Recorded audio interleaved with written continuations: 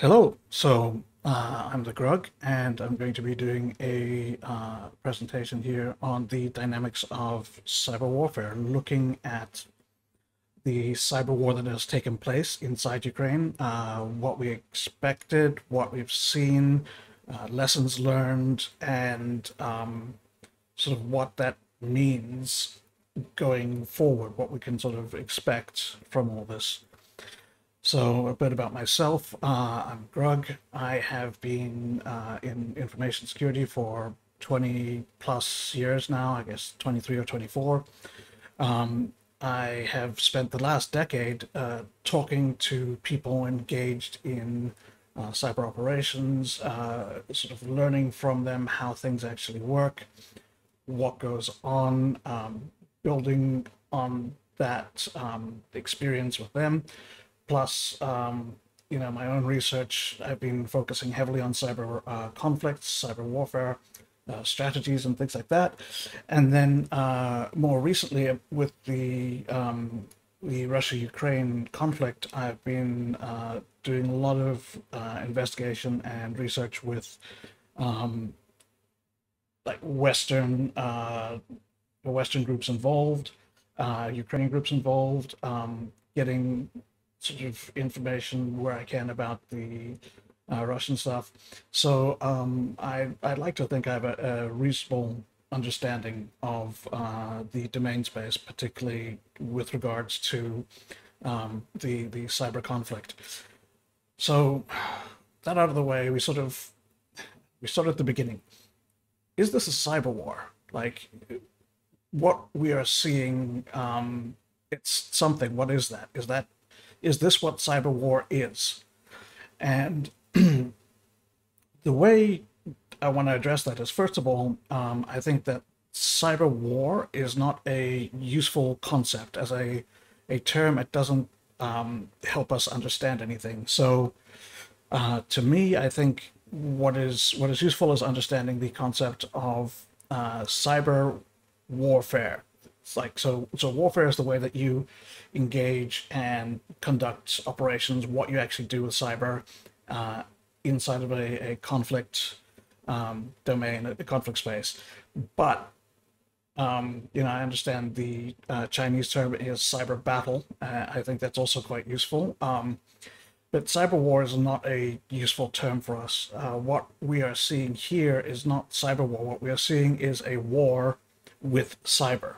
So this is the first war where cyber has played a large, a major and an instrumental role, in fact.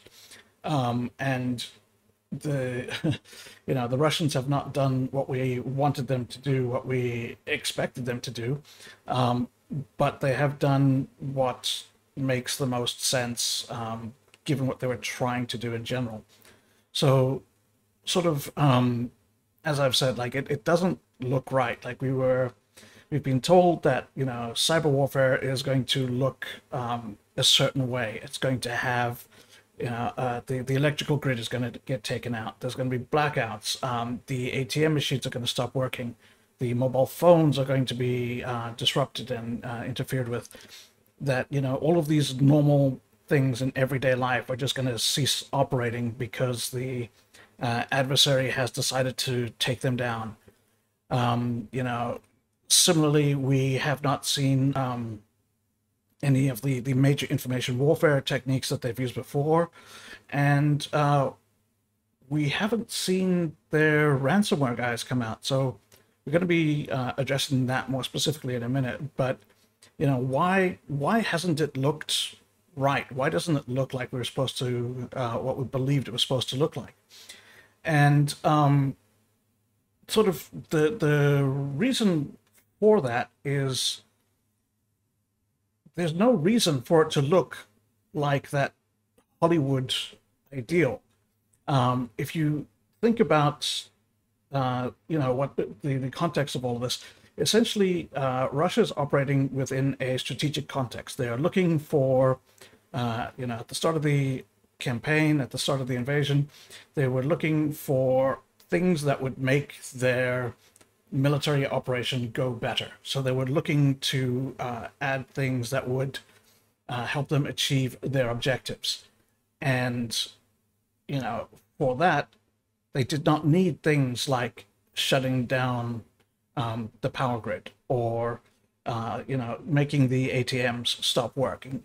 They don't want those sort of things. What they want is these sharp tactical uses of cyber that will help enable their military operations. And that is exactly what we've seen. And that is sort of what I think makes the most sense, particularly when you view this from the context of Russian understanding on cyber. So the way that the Russians understand cyber, that the Russian command and policymakers understand cyber, is that cyber is a thing that the security forces have. So the intelligence services have cyber, and the military has cyber. If you want cyber, you go to the military and you say, I need 2 kilos of cyber, and they get you cyber. Or you would go to the FSB and you'd say, I need 2 kilos of cyber. You do not go to the civilians and say, can anyone please give me some cyber? Or, you guys doing your cyber thing over here, I need you to do this for me, please. That's not the way that they understand cyber working. They don't think about civilians participating in what is very much a military or a intelligence capacity. They can be used to augment it sometimes, particularly on the intelligence side with the ransomware, but it's not understood to be part of, what cyber actually is. Cyber is entirely done by, the GRU or the FSB or the SVR. It's these things within the centralized hierarchy who are under control and can be commanded to do specific things. That's cyber. They don't see other elements in their society providing cyber for them as within the same sort of conceptual understanding as the military. So they're not going to look at their ransomware guys and say, we need you to help the military, here's what you have to do, because they do not understand those ransomware guys as having a military capacity or a military capability. And sort of similarly, while the establishment, while the government and so on does not look at the ransomware guys as providing any sort of military technologies or military capacity that they can use, the ransomware guys do not see themselves as tools of the state. They are businessmen. They're making money. They do not want to stop making money to go and do something for the government. There's some other factors here. They style themselves a little bit as sort of mafiosi, or like these mafia guys who don't do anything for the government. They reject authority, and they're not going to do what they're told to help, anyone who works for the state. So it's useful for them to be seen to be rejecting directions from the government, even if that's not really an option they have. But for them, it's very useful to be perceived as a real tough guy who's not going to be pushed around by the government. These sorts of things, the desire to make money rather than to do patriotic stuff, the misunderstanding of the civilian cyber capability that exists, and the various other problems that the Russians have with utilizing their ransomware teams means that essentially we're not seeing any of these more interesting capabilities being deployed. Instead, we're seeing this very, very fundamental stuff of there's the GRU, the SVR, and the FSB. And the FSB and SVR have basically, they have continued to do their collection mission. So they're still out there doing their intelligence work, gathering information, doing sort of basic hacks and collecting data and so on. They're not doing these cyber effects operations. Instead, cyber effects operations are being done entirely by the GRU. And so the GRU is the military intelligence, and the GRU is the organization, the agency that's running all of the cyber operations in the military campaign that's going on. And that's entirely what you would expect. That's what makes the most sense, right?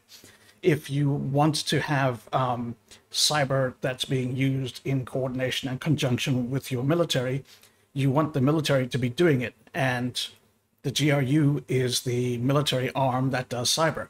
So this is very, very much what we would expect. If you were to guess what was going to happen, you would guess the GRU is going to do cyber. You might think FSB or SVR would be involved as well, but you know, they haven't been, and that also makes sense again because this is a military operation. The GRU is going to be doing it. Similarly, on the same vein, I think it's worth pointing out that the Russians have demonstrated that they have very, very major command and control issues. They're having a lot of difficulty coordinating and issuing commands up and down their chain of command. If they were to add an outside agency, such as the FSB or even the ransomware guys from, you know, Siberia and whatever, that would compound the problems that they already have. It would just make things more difficult for them. So they probably do not want to bring in additional help because they can't integrate it and use it, and it would just cause more problems and make it more difficult for them. So that's something to keep in mind. So anyway, there we are. It's the GRU who's doing everything. They are the military, and they're taking part in a military operation. So as I said, you know, we've looked at what we expect to happen. You know, these big, you know, shutting off the electrical grid, using the ATMs to spit money out, making phones stop working, causing havoc with websites. We've sort of not seen that. What we have seen is these three phases. So, you know, I like to chop the cyber that's been conducted against Ukraine into sort of the pre-invasion phase, the invasion, and then the post-invasion phase. So pre-invasion, primarily what you were seeing was collection operations where they were getting intelligence that was going to be used for the occupation. They were, you know, collecting things like the, you know, the automobile insurance, which would, you know, give them a lot of important information about where people lived, their cars, and so on. They collected information from the government so that they could build lists of people that they might need to arrest or otherwise deal with. You know, they were doing these collection things, but they were also doing a harassment campaign to sort of disrupt civil society, to interfere with the government, to make it difficult for them to do their jobs, just sort of intended to keep people stressed and on their toes. And it sort of doesn't work anymore because they've been doing it for 8 years. Ukraine is quite used to having annoying things happen to them. Their websites get defaced, their you know, servers get wiped. This has been going on for years. It's not a scary thing anymore. It's an annoyance, right? It's not terrifying. It doesn't have a big psychological impact. It just kind of irritates them because they have to deal with it. So the sort of pre-invasion phase harassment and you know, this PSYOPs campaign was a lot less effective than it would have been if they had not spent 8 years preparing the Ukrainians for this sort of environment. And one of the ways that we sort of see that playing out is that these, you know, during say December, January, and early February, when these attacks were going on, it was not remarkable or interesting. It wasn't even perceived as being an intensification in a run-up to the invasion. It was just seen as normal cyber activity. So that's sort of how used to it they were, that they didn't, you know, this increase, at least from our perspective, like this increased level of attacks was not perceived as being increased or unusual. It was just seen as being, they're doing a bit more of the same. They're a bit feisty. So that was sort of the pre-invasion phase, this harassment and collection, and sort of trying to upset the population, and that which wasn't working. But then we have the invasion, which is where we start seeing the much more interesting stuff taking place, where we start seeing the actual coordination between cyber and the kinetic operations at the ground, the actual military advances, and so on.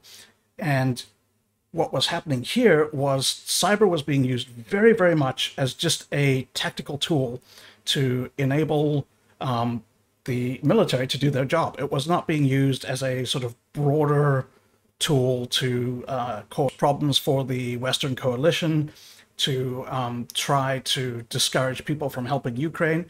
It was used within Ukraine in a targeted way to help their invasion. So we saw these very focused attacks on high-level targets, on high-value targets, that would make that would sort of interfere with the ability of Ukraine to respond to the invasion. And where that shows up is primarily they were going after Ukrainian communications backbones, the ability for the sort of the top level of the government and the military. They wanted to cut them off so that they would not be able to talk to and direct the rest of the country in responding, or basically being able to deal with the invasion. They wanted to get them cut off. And this makes a lot of sense if you are Russia, because Russia was expecting that Ukraine would still have a very Soviet-style command structure that sort of historically the way that it's worked is this very, very centralized approach that, orders come from the top and they spread down and they get executed, and then, information about that goes back up, and then decisions are made and it comes back down again. What Ukraine has done in the last 8 years, since 2014, is they've been developing a more Western style, more decentralized approach to handling things. So the military is no longer centralized and hierarchical strictly in that way. Instead, what you have is the ability of officers lower down in the command structure to take the initiative and to respond independently as they see fit, which meant that when there was this effective attack that cut off the strategic communications from the generals and from the government, when that happened, it meant that rather than falling apart, the lower down officers simply took over and responded independently as they saw fit. So when Hostomel was seized by the VDV on the day one, there was the head of a territorial defense brigade, and they, like this guy, he saw the situation on the ground. He realized that the runway was going to be an important strategic asset, and it could not be allowed to fall into Russian hands. So he ordered artillery to destroy the runway. That's not the sort of thing that the Russian army would expect from, someone who's in charge of a company or something like that. If you think about it, it's kind of amazing that, this fairly low-level guy was able to make the decision to destroy millions of dollars of civilian infrastructure and do it, without having commands from the top. That shows a lot of initiative and a lot of the ability of commands to be decided and pushed through by lower echelons, which is one of the reasons that this the very effective cyber attack that happened was not, it didn't produce the effects that were intended. So It did cut off the communications and it did hinder the ability to do command and control, but that was not as useful as the Russians believed it would be. So if we're looking at what attacks they did, there's sort of two broad things that are kind of useful on day one. First of all, there's this Viasat attack where they went after the satellite-based ISP, and Viasat was used for all of the command and control by the government and the military. So when this was cut off, this was a very, very effective way of interfering with the backbone communication used by government and military to coordinate and control the various units in the field. So this was a huge blow. But as I said earlier, you know, the guys in the field were able to take the initiative and respond on their own independently. But also what's very, very interesting, and I think this is sort of one of the things we need to take away from this, is that when this attack happened, Ukraine lost, you know, all of this infrastructure that they'd come to rely on. They asked for Starlink modems and stuff to replace it, the Elon Musk's satellite ISP. And then within 2 or 3 days, they had completely replaced Viasat with this new backbone, and they were up and running. So they were very, very adaptable, and they were able to respond very quickly to changing situations and get their equipment, you know, swapped over and start using something new after what they were used to using had been destroyed by the Russians. And so we're going to sort of see this happening over and over again. That's how Ukraine has learned to deal with these things. So there was the Viasat attack. The other major one is there were a lot of Wiper attacks that went after the air defense systems. And this turned out to be very, very important. So the Viasat attack cut the sort of virtual decapitation strike. It cut off the leadership from the people on the field. Then the command and control systems used to control the air defense stuff, those were wiped and those were taken out of play, which meant that on day one, these VDV helicopters were able to come in and land at an airport right next to Kyiv. You know, that is a massive incursion. It's a huge, if you sort of think about it like that, it's a huge blow that they were able to have that sort of control of the air that allowed them to get so close with just straightforward helicopters dropping people off. So on day one, cyber was effective. It achieved the objectives that were set out for it. You know, it cut off the leadership, it destroyed the air defense systems, and you know, it sort of paved the way for these attacks that were going to happen to go through. So it's worth understanding that conceptually, day one, cyber attacks were very, very useful. They were probably the most effective and possibly the only military things that went according to plan. Next, you know, where their cyber sort of started failing is when they were going after systems that the Ukrainians had already learned how to deal with Russian cyber harassment, with the Russian cyber dominance. So, for example, it was important to Russia to, like, as soon as the initial Thunder Run, the sort of the 3 days, once that campaign failed, once it was clear that that was not going to work, it became important for Russia to go after Ukraine's logistical backbone, which is the rail networks, to go after the trains.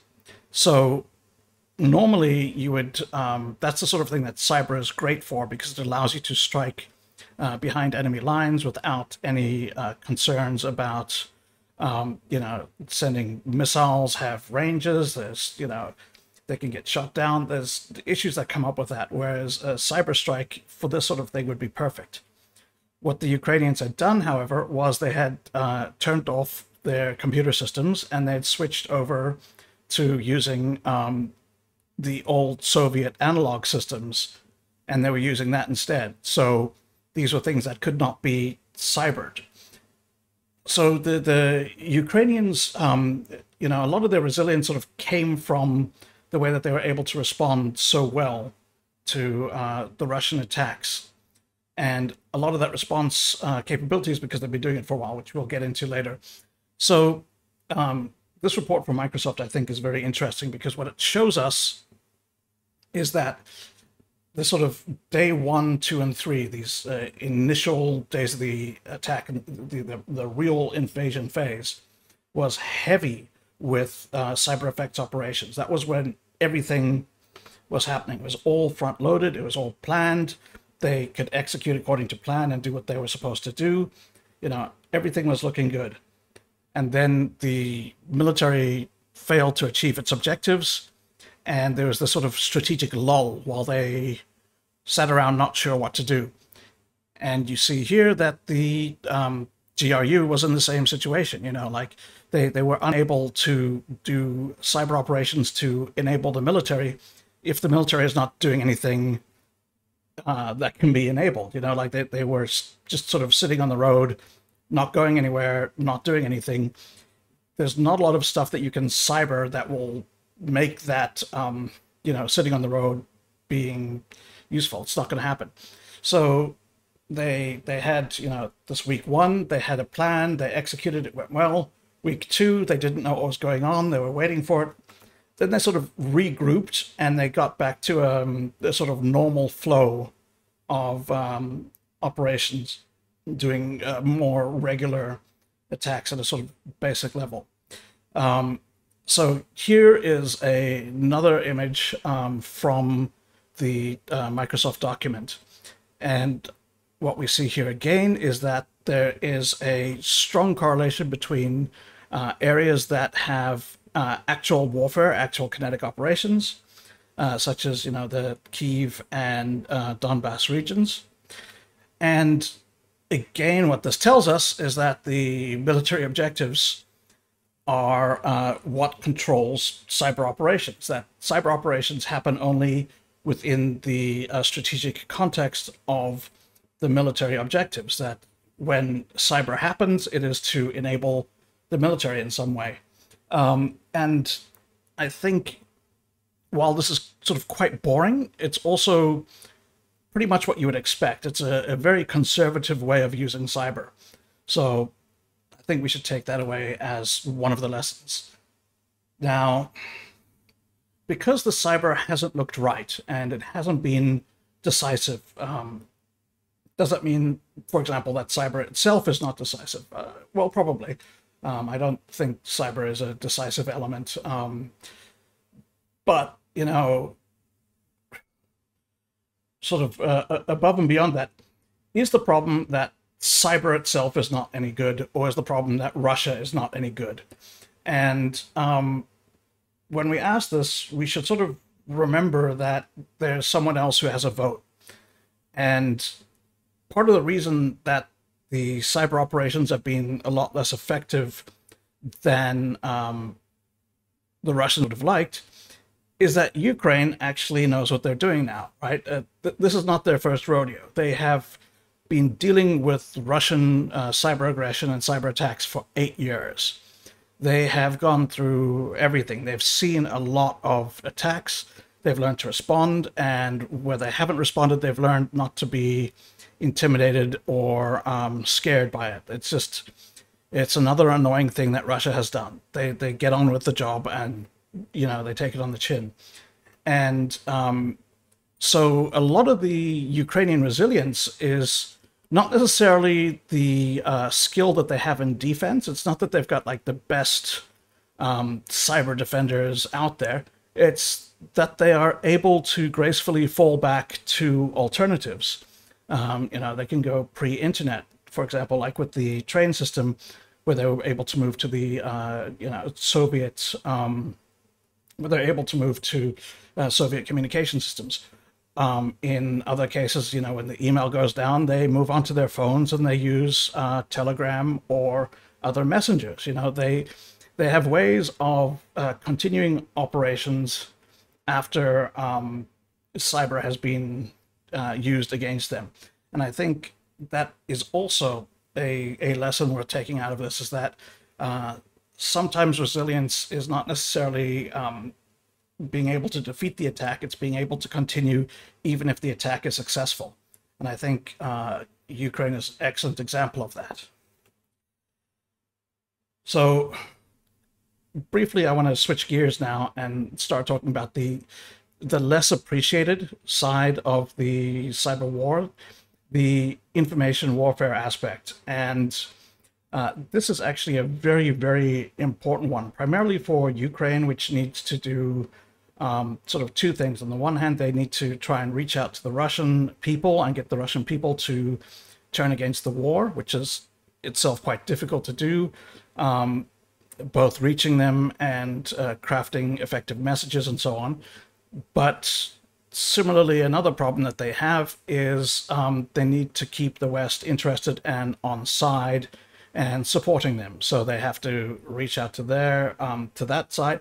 They also need to have you know, internal messaging to reach out to the Ukrainians and the diaspora and speak to them.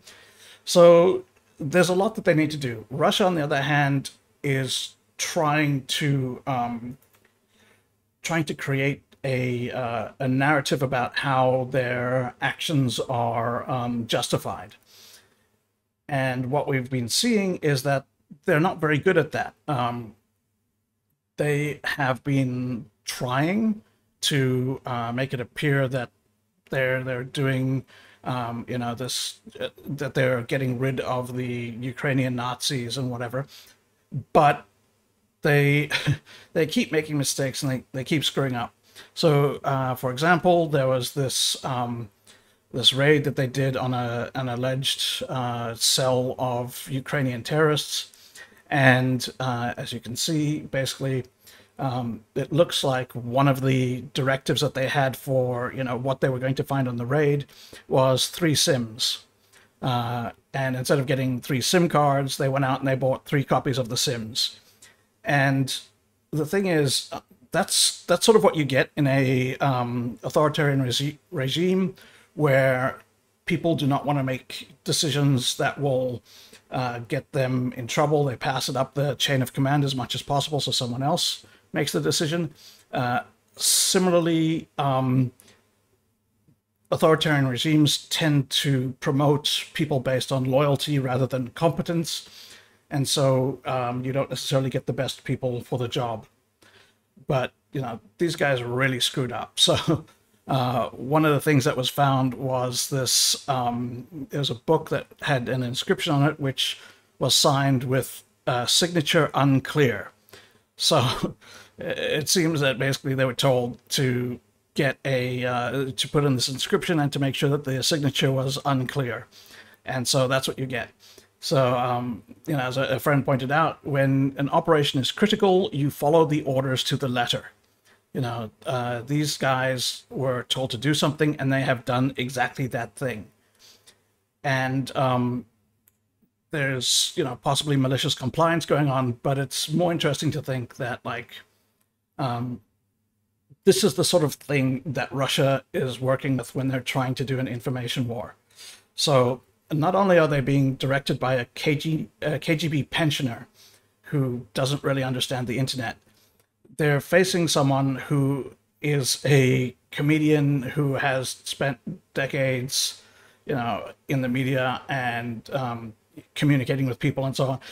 They're dealing with someone who has literally a ministry with a head of digital transformation who is in charge of essentially marketing and PR.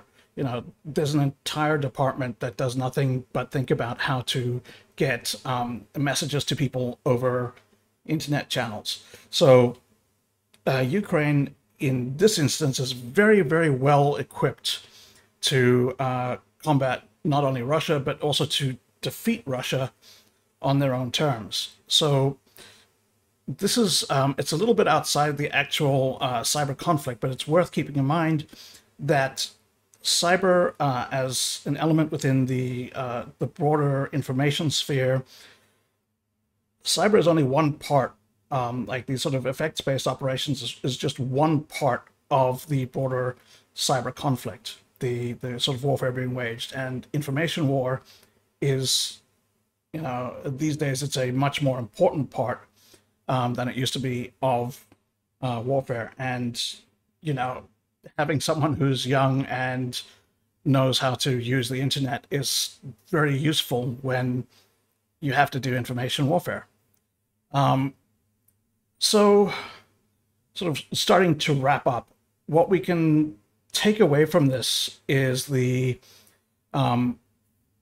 Ukrainians were able to regroup and respond by adapting to the environment that the Russians had created. The Russians have not been adaptable. That's not the way they operate. So they're sort of struggling to adjust to the environment that they're in and the way that the war is going, and how you know, how their attacks are not being as effective as they would like. They're not able to come up with new alternatives or different strategies and stuff. So Russia being you know, they're going through this like strategic realignment where they're trying to figure out what exactly they want to do. And as they're figuring that out, cyber is being used in a very, very small scale to help just the immediate operations that are going on. It's not being used to interfere with the coalition. It's not being used to cause widespread disruption in Ukraine. They've tried that with Indestroyer. They've tried to go after the electrical system. They have not succeeded.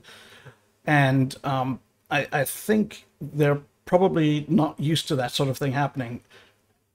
Also, like, part of the problem for Russia these days is that if you want to do a good cyber operation, you need some time. You know, you need to do research and development.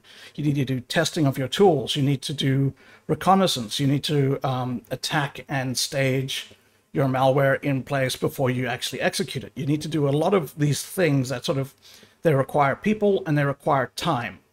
And since the invasion was sort of dropped to the military very, very short time before it actually took place, there wasn't time to prepare additional operations. There was only time to do this Viasat and the wipers for the air defense systems and so on. Now, because the war has sort of continued and there's all these problems, there's still not time to do preparations for these larger attacks. Possibly. So it's one way of looking at it is that they might not actually be able to do more spectacular cyber operations because they don't have the time, they don't have the capacity, and they have not developed the capability beforehand. So they are struggling to do something spectacular. That is a theory. It might not be the case. If I was a gambling man, I think that I would probably bet on that, but I also wouldn't rely on that as being a truism that, you know, Russia is a spent force and can't do anything. I don't think that's not a smart way of looking at this. But, you know, beyond just the issues of, you know, what are we seeing? Why does it look like it's supposed to look? Why does it look like it does look? There's this question of, well, what's coming next? Because to a large degree, we all expect, we're all waiting for, you know, the ransomware guys to be let loose. We're waiting for GRU or FSB to go against European or American targets, or possibly against, you know, other targets that are going to, say, impact gasoline prices, or, you know, any number of things. Like, when is this cyber campaign, when is it going to expand outside of Ukraine? And that is, I guess, that's the big question. I have no idea if that's going to happen, but, you know, we're all waiting and looking, and we're curious about what's going to happen next, because right now, much as the fighting is not, there hasn't been a lot of changes or movements on the front. Cyber has similarly been very, very static and uninteresting for a while.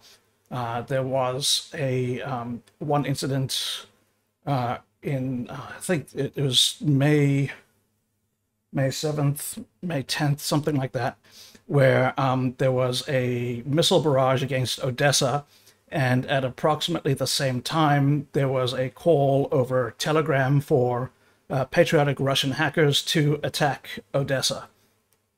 So there was some coordination going on there, but it wasn't effective. It was not part of a broader strategic context. It was not within the command structure of the military, and it was not directed, and it was ineffective, sort of as one would expect.